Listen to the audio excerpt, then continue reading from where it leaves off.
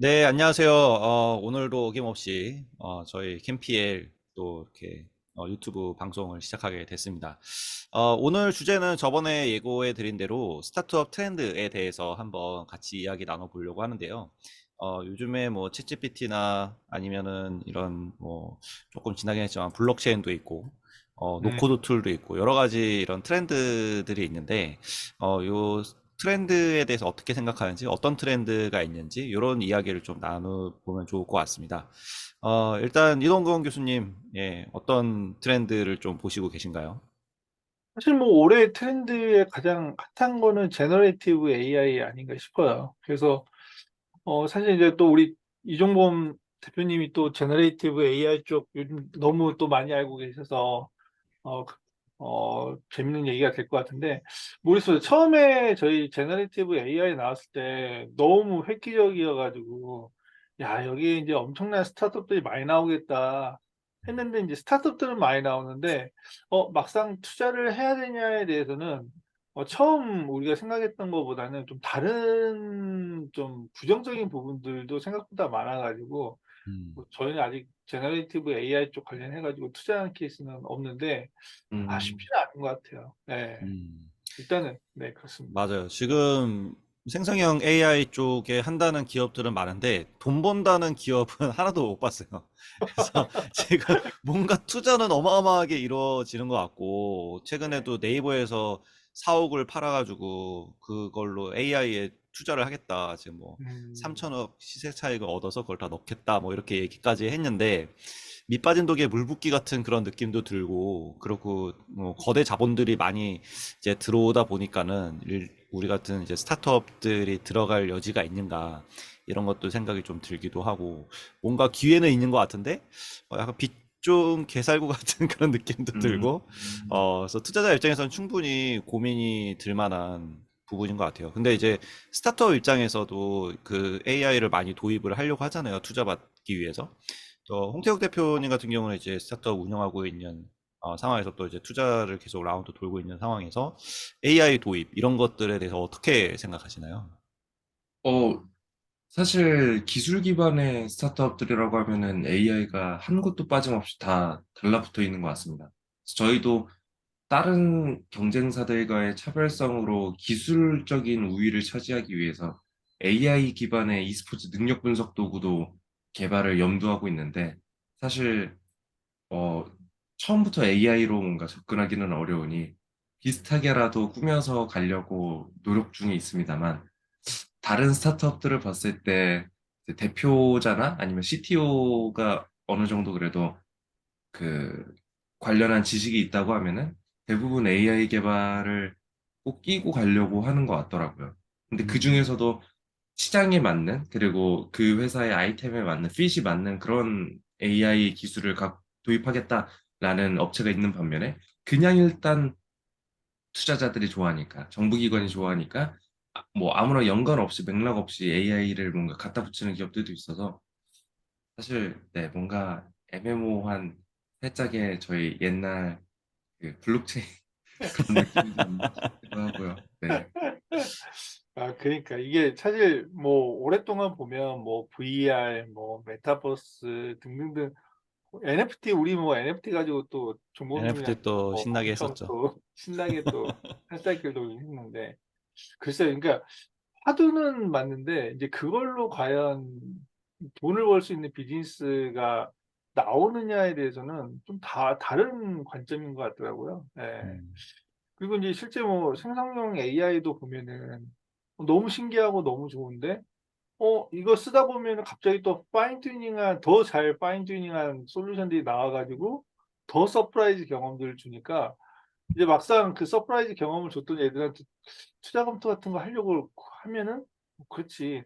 며칠 지나면 또 더 좋은 게 나오는데 굳이 뭐 이런 생각이 들더라고요. 그래서 좀 뭐 신기하긴 신기한데 과연 이게 이제 돈을 벌 수 있는 아이템으로 갈 수 있을까에 대해서는 음, 약간 회의적인 느낌들이 굉장히 강하죠. 왜냐면은 코어 기술을 갖고 있는 뭐 빙이나 뭐 그 구글이나 뭐 이런 빅 플레이어 아니면은 나머지는 결국에는 그 레이어 단에서 어플리케이션 레이어 단에서 그냥 파인 튜닝하는 수준으로 계속 갈 거라서 모르겠습니다.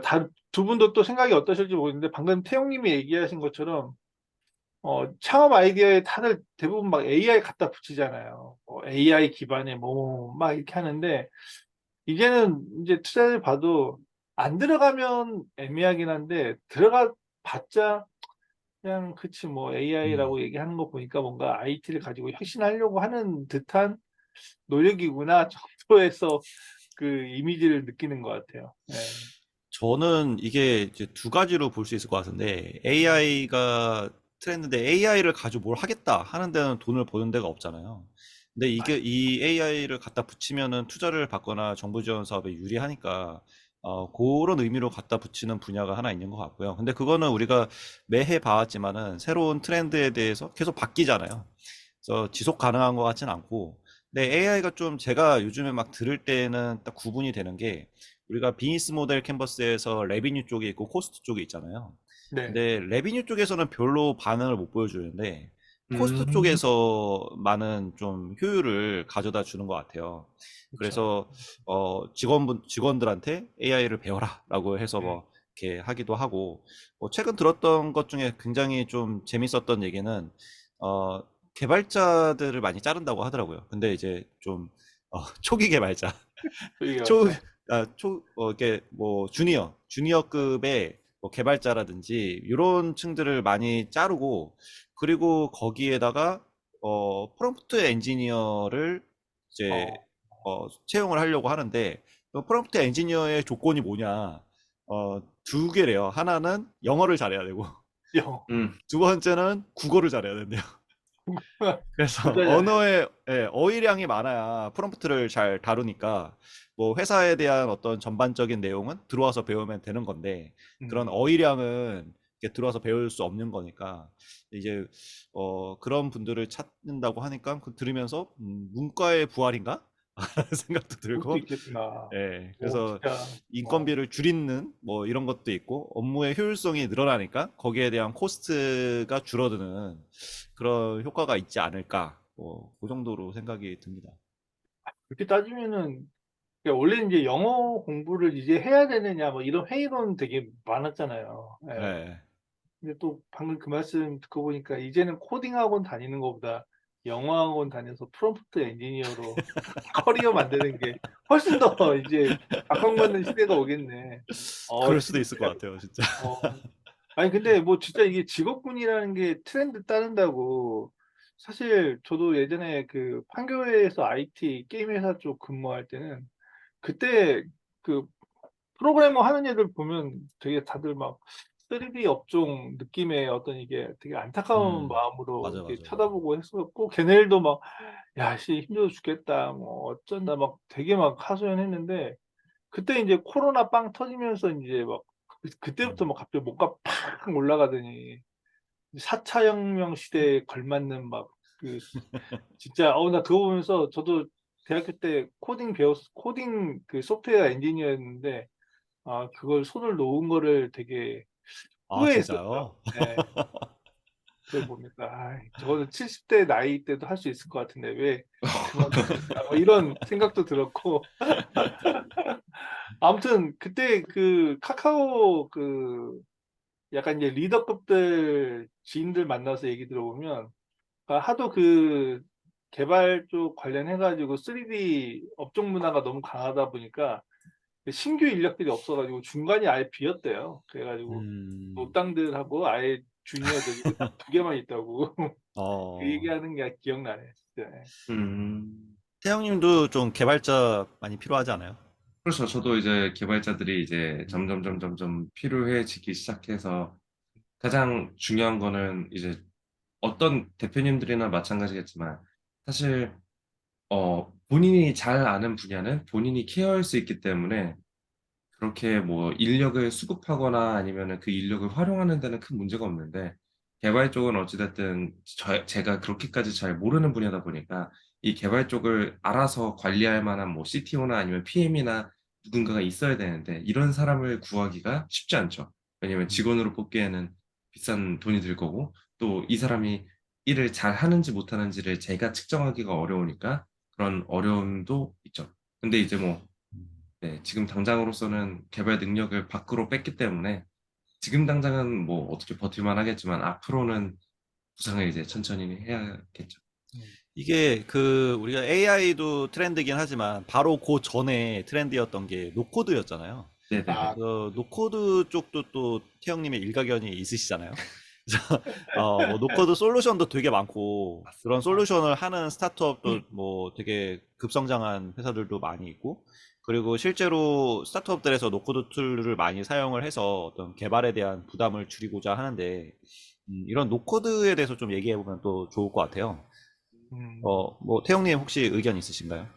저는 뭐 노코드를 포함해서 요즘 트렌드 스타트업을 하신다는 분들을 뵈면은 뭐 꾸준하게 있었던 스테디셀러들 말고 최근 들어 이제 많이 분야로 뛰어든 곳 중에 하나는 전 또 사스 쪽이라고 생각을 해요. 노코드를 음, 비롯한 이 사스 쪽으로 많은 대표님들께서 뛰어들었다라고 저는 판단을 하는데 이건 그 문제가 사스 쪽은 어쨌든 간에 개발이 들어가야지 제품이 나오는 노코드를 활용하기 어려운 어쨌든 개발이 초기에는 들어가는 거다 보니까 비용이 많이 들고 근데 음, 그 비용을 버티기가 어려우니까 외주 용역을 하면서 어떻게든 버티시고 근데 이게 악순환이 되는 경우도 저는 조금 봤었고 그리고 어, 사스 툴을 만약에 만든다고 하더라도 사스가 이제 그 소프트웨어인 거잖아요.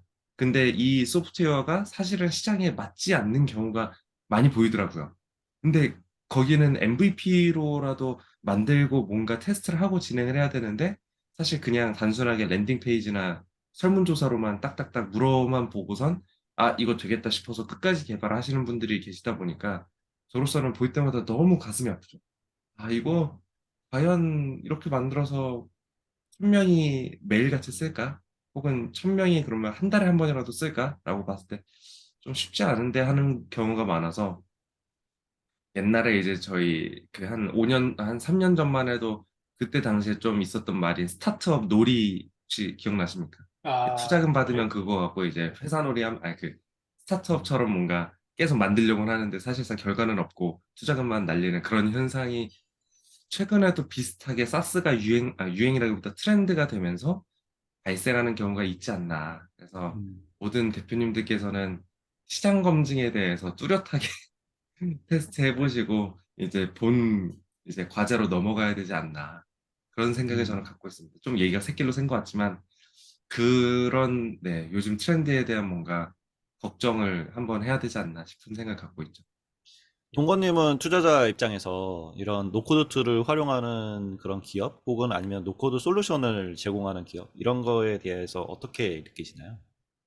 일단은 뭐 얼마 전에도 심사하는데 노코드 툴을 만드는 그 스타트업을 만났어요. 오, 뭐 매출도 잘 나고 있고 오, 그리고 이제 뭐 국내에서 되게 잘 나가는 그런 뭐 회사들이 걔네들이 만든 그 에디터, 노코드 음, 에디터를 뭐 적용하고 싶다, 협업하자 뭐 이런 얘기들 많이 하는데 어, 이제 사실 국내에서 그 노코드 툴로 성공하고 있는 케이스가 있냐라고 하면은 글쎄요, 지금 뭐 알토스가 투자한 뭐 IM웹 아이고요. 이런 데가 이제 그나마 마지막 주자였던 것 같고 그 외에는 아직은 뭔가 이렇게 성공된 케이스를 뭐 글로벌이든 국내든 이렇게 확 눈에 띄게 보지는 못해서 그런가 모르겠어요. 일단은 그 이게 선입견인데 이게 선입견이 참 무서워요. 이게 그냥 왠지 노코드 툴 쪽 솔루션 하고 있는 애들은 시간도 오래 걸릴 것 같고 비용도 많이 들 것 같고 막 이러니까 런웨이를 볼 수밖에 없는 것 같아요. 당연히 이제 사람은 봐야 되는 거고 음, 런웨이가 어느 정도 남아 있고 그리고 필요한 자금이 얼마인지를 보면은 대부분 커요. 대부분 커가지고 이게 어, 투자 검토하기가 쉽지 않은 어. 그런 느낌의 아이템인 것 같아요. 예. 이런 런웨이가 큰 또 트렌드 중에 하나가 요즘에 그 ESG, ESG. 소셜 임팩트, 막 이런 또 우리 이동호 교수님이 계신 그 이제 투자 회사도 또 이제 임팩트 투자도 하시고 하잖아요. 그래서 끔했죠. 예. 자주 하기는 쉽지 않지. 요런 트렌드에 대해서 요즘 좀 많이 좀 MZ 세대들이 스타트업들 하다 보니까 이런 사회적 가치 이런 쪽에 관심이 좀 많은지 이런 소셜 관련된 스타트업들이 많이 있는 것 같은데, 그리고 일반 기업에서도 요즘에 요번에 그 예창과 초창 마지막 그 항목이 그 ESG에 대한 항목이 추가로 들어갔잖아요. 그래서 이런 부분에 대해서 어떻게 생각하시는지 한번 교수님 얘기 부탁드리겠습니다. 이것도 뭐 저도 뭐 편하게 그냥 주관적인 생각이 되게 강한 것 같은데, 뭐 이제 소셜 임팩트 같은 경우는 좋죠. 그 어떻게 보면 그 사회적 약자나 아니면 사회에 되게 긍정적인 변화를 일으킬 수 있는 이제 그런 아이템인데, 문제는 이제 이게 지속 가능한 그 수익 모델을 가져올 수 있느냐는 음, 다른 문제인 것 같아요. 그래서 그 뭐 지속 가능한 수익 모델이 갖춰져 있는 소셜 임팩트 회사를 만날 수 있을까에 대해서는 굉장히 좀 회의적인 느낌도 좀 많이 들고, 음, 뭐 하지만 이제 그럼에도 불구하고 나오면 좋겠죠. 예. 그리고 이제 두 번째 ESG는 뭔가 아직까지는 이렇게 눈에 확, 아, 이거 ESG 관련된 회사야, 뭐 그런 느낌이 들지는 않는데, 이제 워낙에 이제 환경에 대한 이슈가 이제 크고, 뭐 여러 가지 등등등등 이제 다 있잖아요. 음, 그러다 보니까 뭐 ESG를 정부에서는 굉장히 드라이브를 많이 하는데, 그냥 필드에서 느끼는 느낌은, 그냥 ESG라고 해서 뭐가 다르지? 약간 그런 느낌? 음, 예, 약간 확 ESG라고 해서, 이건 ESG 스타트업이야, 이런 느낌의 스타트업은 못 본 것 같아요. 그러니까 오히려 그 아까 요즘 AI가 화두니까, 뭐 정부가 이제 선정받으려고 AI 어떻게든 포장해서 넣으려고 하는 것처럼, 음. ESG도 뭐 어떻게든 포장해서 넣는 그쵸, 거죠. 그쵸. 말도 안 되는 비즈니스로 그러니까 이게 왜 ESG야? 막 약간 그런 느낌? 예, 아, 그런 게 많죠. 심사하다 보면. 네. 음, 이게 가장 뭔가 어려운 그건 거 같기는 합니다만, 확실히, 어, 이거는 저는 대표의 마인드의 차이인 것 같습니다. 소셜 음, 쪽이나 ESG 쪽으로 뭔가 강세를 두려고 하는 기업들을 보면은 처음부터 사회 문제에 좀 더 초점을 맞춰서 사회 문제 해결을 위해서 힘쓰는데 거기에 이제 수익화를 더하는 대표가 있고, 반대로 일단 돈 벌 거 먼저 생각하는데 거기에 이제 뭐 ESG나 아니면 소셜이나 환경이나 이런 거를 이제 붙여갖고 그쪽 문제를 해결하려고 하는 대표도 있고, 근데 이제 전자 같은 경우에는 사회적 기업이 돼서 열심히 이제 소셜에 사회에 이바지하려고 노력하는 거고, 후자 같은 경우에는 돈도 벌면서 사회에 이바지하려고 하는 거다 보니까 사실 대표의 마인드의 차이지 않을까라는 음. 생각을 저는 좀 갖고 있습니다. 저는 아까 동건님 얘기하신 것처럼 이 정부에서 드라이브를 많이 걸어서 그런 것 같은데, 이게 이제 뭐 세계적으로 이게 이슈가 되긴 하잖아요. 근데 ESG라는 거는 실은 대기업에서 나온 발상이거든요. 그래서 음, 저도 이제 학계에 있으니까 학계 쪽에 보면은 그 경영학회 쪽에서 ESG가 굉장히 논의가 많이 되고 있고, 그게 음, 지금 창업학계로 넘어와서 창업학계 쪽에서도 ESG에 관한 뭐 스타트업 이런 얘기가 나오고는 있는데, 근데 제가 뜯어보면은 그게 뭐 이렇게 바텀업이 아니라 그냥 탑다운으로 내려오는, 그냥 ESG 무조건 적용시켜 좋은 거니까 약간 이런 느낌? 그래서 음. 그 요번에도 되게 좀 황당했잖아요. 그 예창 초창에 ESG 항목을 마지막에 넣게 돼 있는 게 뜬금없이, 이게 왜 그런 항목이 들어가려면 실은 뭔가 많은 연구 자료와 이렇게 검증된 그게 있어야 그게 항목을 하나 들어오는 건데, 요번 정부에서 추진하는 정책과 그거를 맞추려는 학계의 어떤 여러 가지 논문들과 이런 게 참 이렇게 합이 쫙 맞으면서 들어온 것 같아요. 그래서 그게 이제 정부 지원 사업할 때도 심사표에 들어가지 않을까 저는 생각을 하는데, 음, 근데 과연 그 ESG에 대한 개념이 있긴 할까? 그래서 음, 음, 이런 생각이 일단은 들어요. 되게 너무 넓은 범위잖아요. 그 ESG라는 것 네. 자체가. 스타트업이 생존이 먼저인데, 이게 지속 가능 경영이라는 건 뭐 어느 정도 된 다음에 지속 가능한 게 되는 거니까, 저는 그런 게 약간 뭐 이상과 현실의 차이? 이런 게 아닐까. 네. 음, 저도, 예, 맞아요. 저도 예창 그 서류 심사에 보면 그 항상 마지막 항목에 뭐 ESG 뭐 이거 넣는 거는 좀 너무 좀 과유불급 아닌가 막 그런 생각이 들더라고요. 지금 이 팀들한테 이게 맞나? 약간? 네, 그런 음. 생각이 들고. 아, 그리고 요즘에 또 STO 이제 아, STO도 또 하고 있어서, 트렌드죠. 예, 요즘 이제 STO를 바라보는 또 이제 시각이 모르겠습니다. 저는 좀 STO 이제 그 중고 자동차를 조각 투자하는 거에 종범님도 음. 참여해 보셨지만, 되게 뭐랄까, 새로운 또 그 수익 모델?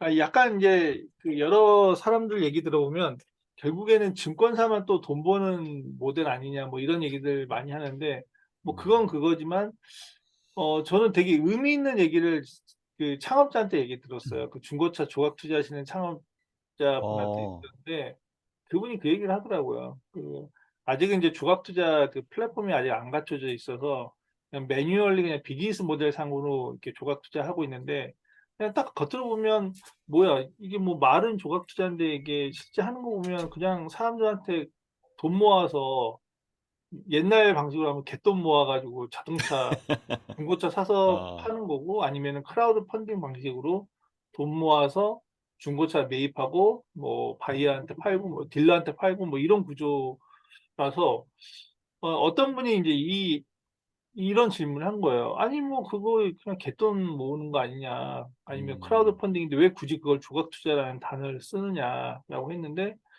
그 대표가 하는 말이, 그렇죠. 뭐 사실 중고차 매매 상사들 보면은 몇백억 하는 데들 많다고. 하지만 그런 회사들이 시장에 어떤 혁신을 일으키거나 아니면 뭐 투자자의 관심을 뭐 갖고 있거나 뭐 이런 비즈니스 모델은 아니다. 근데 여기에 이제 조각 투자라는 어떤 이제 새로운 방식의 자금 음, 조달 방식을 접목을 했을 때, 이거는 또 다른 밸류가 들어간 비즈니스 모델이 될 수 있고, 이걸로 인해서 이제 또 본인도 어떻게 보면 투자자들의 관심들이 되게 높다. 이런 얘기들을 하는 음, 거 보면서, 그렇지, 또 트렌드도 중요하고, 그리고 어차피 똑같은 중고차 매매인데 이게 새로운 방식의 어떤 밸류에 대한 그런 부분들이 접목되면 또 이 스타트업은 굉장히 또 가치가 또 달라지는구나. 그런 음. 생각이 좀 들더라고요. 예, 그러네요. 시장이 달라지네요. 시장이 좀 더 커지는, 그렇죠. 예, 확장되는 효과가 있네요.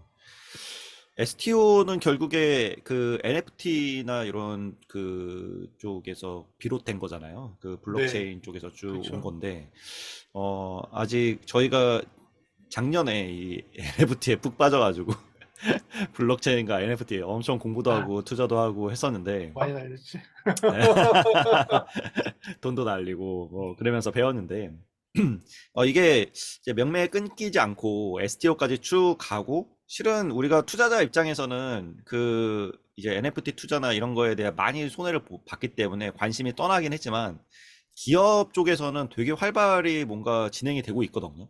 음, 저도 지금도 이제 그때 작년에 NFT 마케팅을 하겠다 막 이런 얘기를 하니까 저한테 연락 오는 NFT 기업들이 좀 있어요. 그래서 오, 찾아가서 좀 얘기를 해보면 기술이 상당히 올라왔더라고요. 그래서 막 이제 무형으로 보이지 않는데 거기에 그 원본을 증명하는 그런 기술을 넣어서 NFT를 좀 더 활성화시킬 수 있게 뭐 이런 기술들이 들어간 기업들도 있고, 그리고 또 NFT와 함께 빠질 수 없는 게 메타버스잖아요.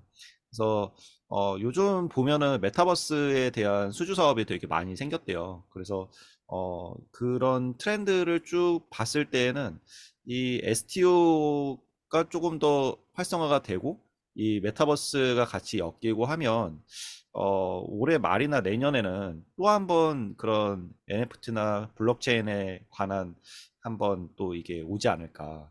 그러니까. 네, 블록체인 했을 때 항상 나왔던 얘기가 블록체인 자체가 지금 현재 컴퓨터 수준으로는 이거를 그 블록 자체에 들어갈 수 있는 데이터 양이 너무 적고 너무 느리다. 연산을 해야 되는데 시간 너무 오래 걸린다. 그런 얘기가 있었는데, 음, 그게 이거를 풀려면 뭐 그 양자 컴퓨터가 나와야 된다. 뭐 이런 얘기들이 있었어요.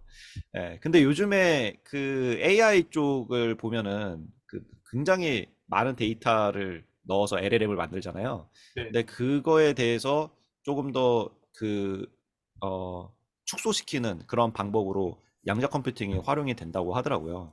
저도 기술적인 건 잘 모르는데 뭐 그런 의미로 봤을 때는 조만간 이 블록체인에 담을 수 있는 데이터 양도 많아질 거고, 그러면 거기에 따라서 산업 자체도 발전할 거고, 그러면 이 STO의 시대와 메타버스의 시대가 오지 않을까 또 한번. 그렇죠. 뭔가는 네. 다 융합이 되긴 될 것 같은데, 저는 뭐 저희 게임 프로 우리 홍태욱 대표님 비즈니스 모델 보면은 우리서 예전에 잠깐 뭐 엮일 게 했던 적이 많죠. 있긴 한데, 네. 예.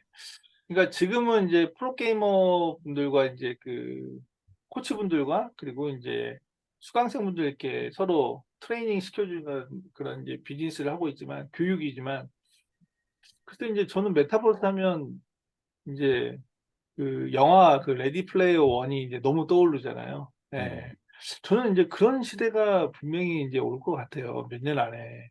그러면은 정말 그 애플에서 만들었던 그 비싼 400만 원짜리 그 비전 프로? 고글이, 그죠? 네. 그 디바이스가 좀 더 저렴화되고 대중화가 되면은 이제 사람들이 이제 그걸 쓰고 음, 뭔가를 하겠죠. 이제 더욱 음, 더, 예, 더욱 음. 더 뭔가 하고, 그럴 때 그 가상의 공간, 메타버스 안에서 재화를 창출하기 위한 이제 생태계가 분명히 만들어질 건데, 그때 그 재화를 벌 수 있는 구조를 우리 게임 프로가 해줄 수 있지 않을까? 그렇죠. 약간 저는 그런 기대가 어, 좀 생기더라고요. 네. NFT 나왔을 때 빠르게 성장한 곳이 P2E였잖아요.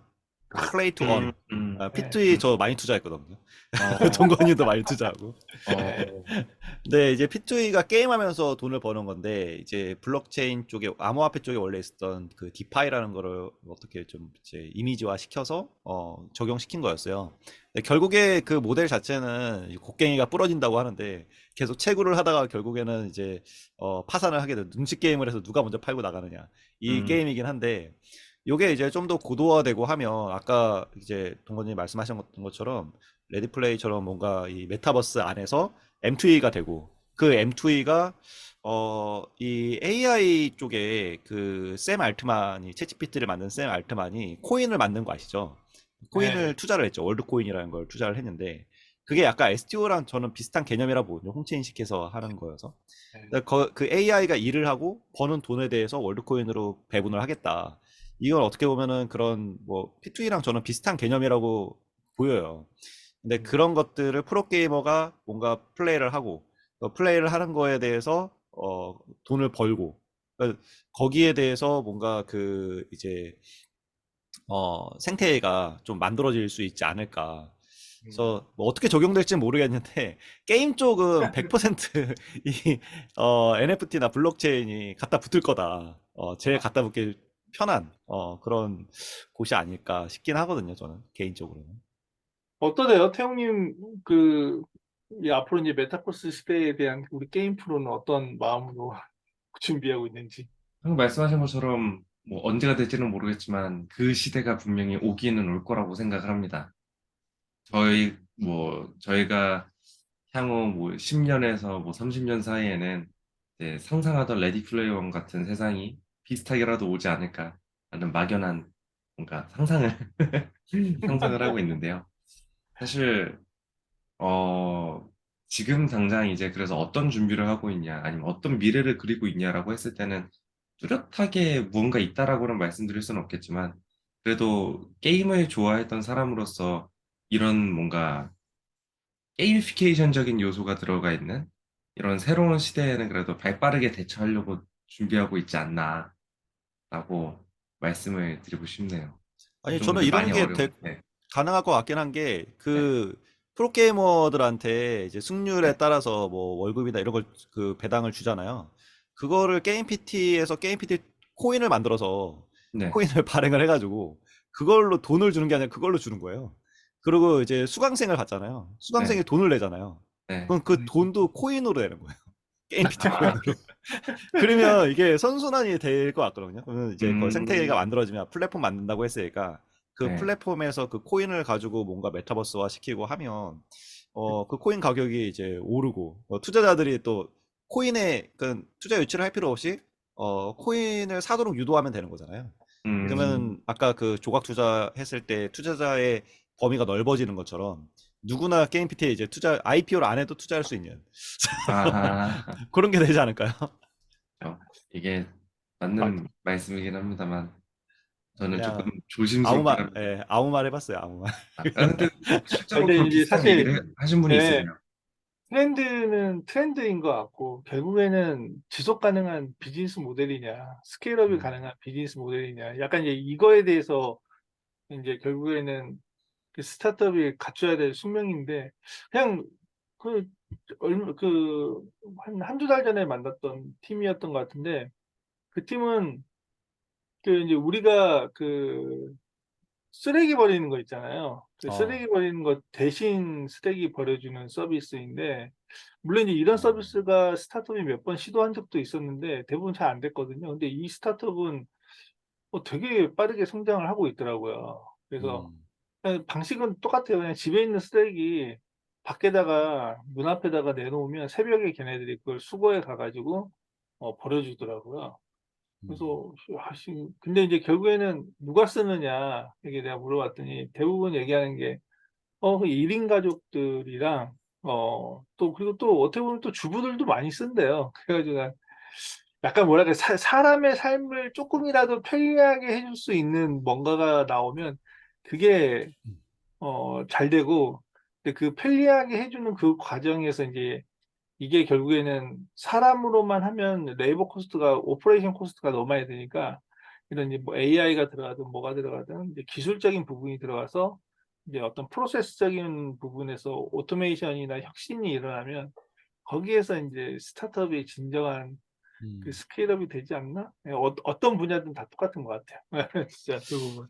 제가 이제 트렌드 쪽을 그 공부를 해보면 트렌드라는 말을 정의를 할 때 되게 음, 다양하게 정의가 되더라고요. 그래서 이제 사람들이 어떤 거에 대해서 공통적으로 얘기하는 게 기간이 얼마냐에 따라서 뭐 마이크로 트렌드가 있고 뭐 음, 메가 트렌드가 있고 그래서 뭐 10년 단위로 이제 유행하는 게 있고 뭐몇 개월 단위로 유행하는 게 있고 몇 년 단위로 유행하는 게 있고 이렇게 트렌드를 나눠서 이렇게 트렌드 연구하시는 분들은 보시더라고요.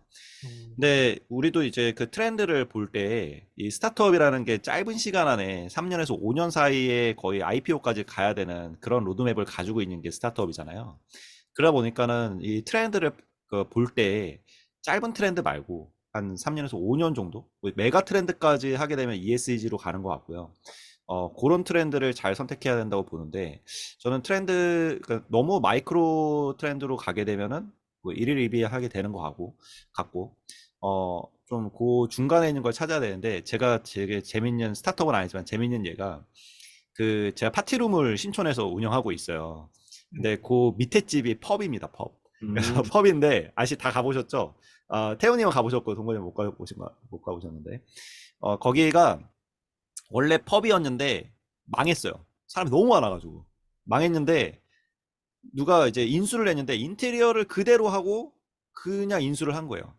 그 다음에 거기다 뭘 했냐면은 요즘 이제 젊은 애들이 좋아하는 하이볼 하이볼을 4,500원으로 하고 그리고 거기에 1번 스태프가 있다.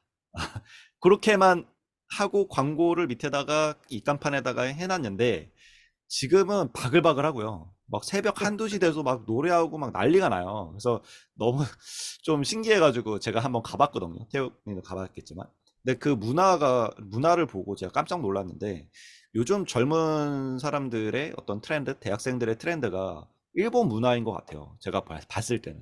그래서 거기에 일본 스텝은 진짜 일본인은 한 두 명밖에 없는 것 같고 나머지는 한국 사람이에요. 말하면 한국 사람인데 일본어 학과 친구인 것 같아요. 그래서 근데 거기서는 다 일본어로 하고, 테이블이 좀 이제 길게 있는데, 기본적으로 합석을 하더라고요. 그래서 저희가 앉아있는데 자연스럽게 옆에 이렇게 앉으면서 한 명 한 명씩 오고, 그러고 나서 인사를 할 때는 안녕하세요 이렇게 얘기한 다음에, 그다음부터는 처음 보는 사람인데, 그다음부터는 일본어로 얘기를 하는 거예요. 음. 되게 충격적이었거든요. 근데 뭐 하이볼이 마시는 것도 아니고 그냥 음료수만밖에 안 나요. 거의 위스키는 한두 방울밖에 안 떨어뜨린 것 같아. 근데 그런 어떤 트렌드, 일본 문화를 체험하는 공간, 이런 트렌드로 해서 거기가 똑같은 정말 인테리어도 똑같고 판매하는 것도 똑같고 위치도 똑같은데도 그거 트렌드를 하나 잡음으로써 이렇게 매출이 급성장하는 그런 거를 보면서 신기하다. 이 트렌드 참 무섭구나라는 생각도 좀 들었거든요. 그래서 이런 트렌드에 대해서는 어떻게들 생각하시나요? 저는 되게 신기하면서도 공감하는 바인 것 같아요. 결국에는 남들과 똑같은 그냥 펍이었는데 거기에 이제 요즘 젊은 애들이 좋아하는 트렌드가 뭘까? 이거를 기존 펍에 붙인 거잖아요. 그러니까 이제 남들보다 차별화가 된 건데, 그러니까 이제 비즈니스 얘기하면 우리 뭐 끝도 한도 없지만 결국에는 차별화가 되게 중요한데 그 차별화에서 대중을 사로잡기 위한 차별화는 이제 트렌드가 되게 중요한 건 맞는 것 같아요, 진짜. 음, 그래서 뭐 처음에 우리 AI 막 갑자기 빵 떴을 때도 이것도 이제 사실 트렌드인 거고. 그래서 이제 지금 대부분 보면 기존 비즈니스 모델이 일단 잘 돼야 되는 건데 그 잘 되기 위한 과정에 AI가 붙으면 밸류가 확 올라가는 거는 당연한 음, 것 같아요, 진짜. 네. 음. 이제 그래서 태용님 또 하실 얘기 있으신가요? 저도 이번에 그 펍 같은 경우에는 확실히 머리를 잘 썼다라는 생각을 계속 하고 있고요. 왜냐면은 일단 신촌이다 보니까 뭐 가까이로는 연세대학교 그리고 저기 이화여대 그리고 조금 거리가 있다고 치면 뭐 서강대학교나 그 외 대학교 학생들 중에 일본어를 공부했거나 일본에 교환학생을 갔다 왔거나 일본에 유학을 갔다 왔거나 일본어를 좋아하는 친구라면은 한 번쯤 가서 편하게 얘기할 법하지 않나. 신촌에서 제가 알기로 그 뭔가 이렇게 뭐 저희 셋이서 뭐 마주 본 다음에 이제 영어로 헬로 나이스 투 미츠 하면서 영어로만 뭔가 대화하는 그런 뭐라 해야 되죠? 요 회화 학원이 한 달에 거의 한 뭐 40만 원? 뭐 30만 원? 그런 걸로 알고 있거든요. 근데 마찬가지로 일본어를 그냥 하이볼 4,500원 주고 마시면서 서로 일본어로 대화하면서 일본어 공부 혹은 일본어를 한 번이라도 더 쓸 수 있다 보니까 음, 그 니즈도 딱 맞지 않았나. 좀 음, 머리를 정말 잘 썼다. 왜냐면 제가 처음 갔을 때만 해도 리뷰가 한 두세 개밖에 없었고, 어, 사람들이 갔을 때 막 그렇게 많지가 않아서 거의 사장님하고 알바생 두 명, 그리고 이제 손님들이 한 대여섯 명 있어갖고, 음. 그냥, 네, 이렇게 뭔가 대화하면서 여기 재밌다, 다음에 또 와야겠다. 같이 갔던 친구랑 그렇게 얘기했거든요. 그래서, 지금은 뭐 꽉꽉 차 있어요, 매일. 아, 그래요? 아유, 그런 거죠. 종국님도 파티룸 일본풍으로 아, 하세요. 그래야 될 것 같죠. 이렇게 일본 분 하나 섭외해가지고. 일본은 밑에 있으니까 중국 쪽으로 이번에는. 그게 그런 게 있대요. 요즘 젊은 친구들이 우리가 일본 문화 여러 가지가 있는데 그 중에서 살아남은 게 뭐 음식 쪽이 살아남았다고 하더라고요. 그래서 그런 일본 음식에 대한 문화 그런 게 좀 젊은 친구들 사이에서 많이 좀 공유가 되고 그런 스토리가 있는 그런 음식집 뭐 이런 것도 유행을 하잖아요. 네. 그래서 그런 트렌드를 잘 보고 캐치해서 그 기회를 딱 맞춰 들어가는 것도 이게 사업가로서의 어떤 역량이 아닐까 싶기도 합니다. 공감합니다, 진짜. 그래서 트렌드 캐치는 정말 잘 해야 되는 거고, 다만 이제 트렌드 캐치 이전에 제일 중요한 거는 이제 시장이 매력적인 시장이어야지 되지 않나? 음, 그리고 결국에는 펍도 먹는 문화 막 이런 거와 관련된 그 큰 시장의 일부이기 때문에 그러지 않았을까 싶어요. 네. 음. 네, 오늘 이렇게 네. 스타트업 트렌드에 대해서 한번 알아봤는데, 어떤 트렌드를 따라가야 하는가, 비즈니스 모델을 먼저 해야 되는가, 막 이런 여러 가지 좀 고민들도 들었던 그런 시간이었던 것 같습니다. 네, 오늘은 여기서 이렇게 한번 마무리하도록 하고요. 다음 주 화요일에 저희가 또 네. 재밌는 주제를 가지고 한번 이야기를 나눠보도록 하겠습니다. 네, 수고 많으셨습니다. 네, 다음 주에 수고하셨습니다. 뵐게요. 네. 네. 수고하셨습니다.